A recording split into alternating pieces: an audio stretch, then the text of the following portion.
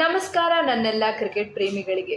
ಇಂದು ಸಂಜೆ 7:15 ಎರಡು ಬಲಾಢ್ಯ ತಂಡಗಳ ಮುಖಾಮುಖಿಯಾಗಲಿವೆ.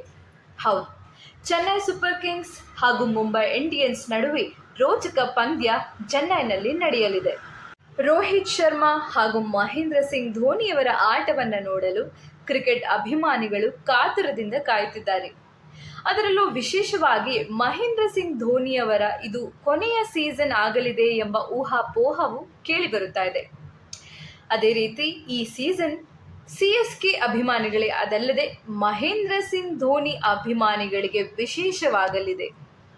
ಇನ್ನು ಚೆನ್ನೈ ಸೂಪರ್ ಕಿಂಗ್ಸ್ ಕುರಿತು ಹೇಳಬೇಕಂದ್ರೆ ಮಹೇಂದ್ರ ಸಿಂಗ್ ಧೋನಿಯವರ ಅನುಭವದ ಆಟ, ಋತುರಾಜ್ ಗಾಯಕ್ವಾಡ್ ಮತ್ತು ಡೆವಿನ್ ಕಾನ್ವೆ ಅವರ ಆರಂಭಿಕ ಜೋಡಿ ಉತ್ತಮ ಫಾರ್ಮ್ನಲ್ಲಿದ್ದಾರೆ. ಮಧ್ಯಮ ಕ್ರಮಾಂಕದಲ್ಲಿ ರಚಿನ್ ರವೀಂದ್ರ, ಶಿವಮ್ ದುಬೆ ಮತ್ತು ರವೀಂದ್ರ ಜಡೇಜಾ ತಂಡಕ್ಕೆ ಬಲ ನೀಡಲಿದ್ದಾರೆ.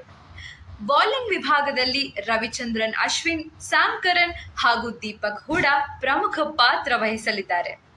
ಇನ್ನು ರೋಹಿತ್ ಶರ್ಮಾರವರ ಎಂಐ ತಂಡವು ತನ್ನ ಆಕ್ರಮಣಕಾರಿ ಆಟದ ಶೈಲಿಗೆ ಪ್ರಸಿದ್ಧಿಯಾಗಿದೆ.